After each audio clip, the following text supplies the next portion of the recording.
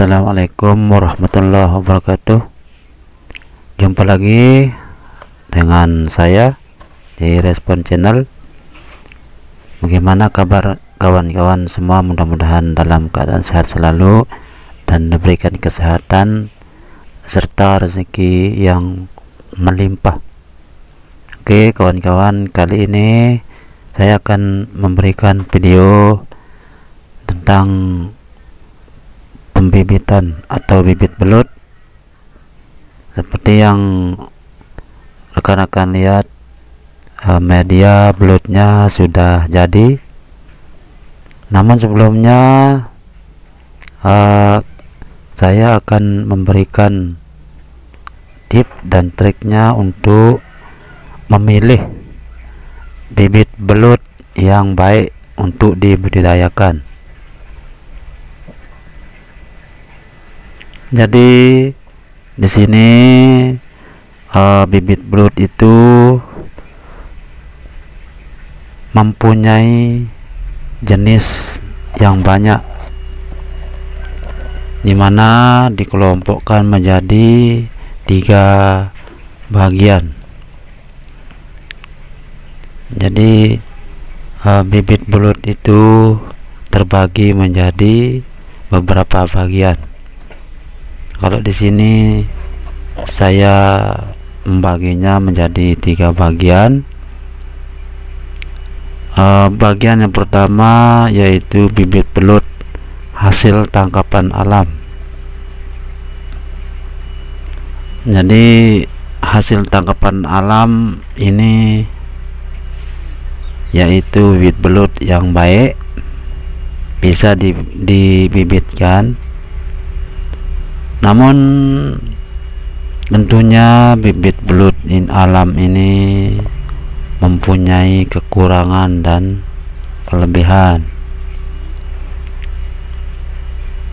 Bibit belut hasil tangkapan alam ini mempunyai kelebihan, diantaranya yang pertama yaitu murah. Jadi kita bisa mendapatkannya dengan menggali atau dengan menggunakan alat penangkap lainnya, sehingga dia murah. Yang kedua, kelebihan yang kedua yaitu kita bisa menangkap sendiri, seperti yang saya bilang tadi.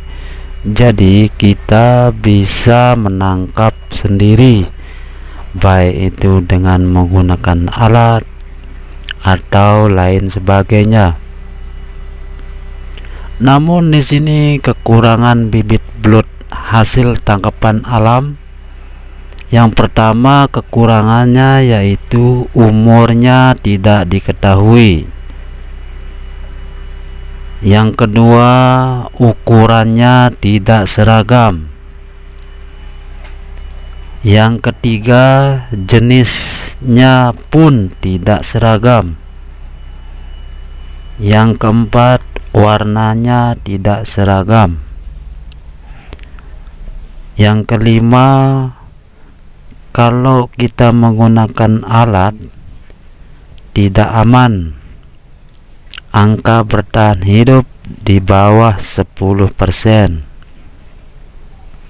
Kemudian yang keenam, kemungkinan bibit belut hasil tangkapan alam akan membawa penyakit. Yang ketujuh, usia panen tidak seragam. Lalu yang kedelapan, agak sulit untuk beradaptasi.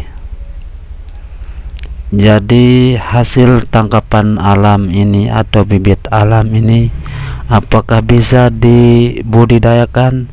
Jawabannya ya, bisa-bisa saja, tergantung apakah kita bisa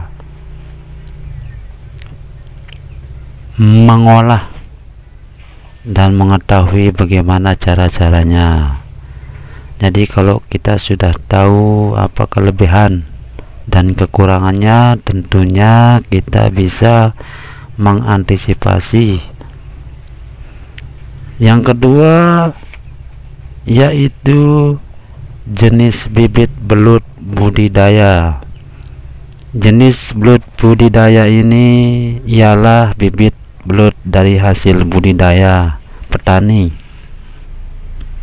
yang merupakan anakan yang dihasilkan selama masa pemeliharaan indukan, bisa dari alam atau budidaya. Jadi indukannya bisa kita cari dari alam ataupun dari budidaya. Adapun kelebihan bibit budidaya ini, yang pertama usia anakan diketahui.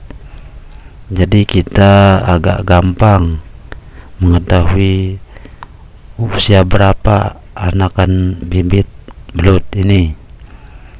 Yang kekurangannya yang pertama, warnanya tidak seragam. Yang kedua, ukuran ada yang seragam, ada yang tidak seragam. Yang ketiga, sebagian besar belum melakukan pemurnian jenis. Lalu yang keempat, ada yang sudah dalam pengawasan pusat. Itulah kekurangan dari bibit budidaya. Terus yang ketiga, bibit belut layak bibit. Apa yang dimaksud dengan bibit belut layak? Yaitu bibit yang diperoleh dengan perlakuan khusus, baik itu pemijahan, indukan dipilih dengan seleksi khusus dan dibudidayakan dengan teknik khusus, dan telah melakukan pemurnian jenis. Tentunya bibit belut layak juga mempunyai kelebihan dan kekurangan. Kelebihan yang pertama yaitu usia bibit seragam. Yang kedua, ukurannya pun seragam, jenisnya seragam. Lalu yang keempat, dalam pengawasan Badan Pengendalian Mutu dan Keamanan Benih Perikanan. Yang kelima, lolos uji kesehatan atau karantina. Kekurangannya yaitu mudah stres kalau penanganannya buruk karena bibit berusia muda. Yang kedua, agak mahal mungkin karena perlu diperhatikan juga kalau kita pesan secara online atau secara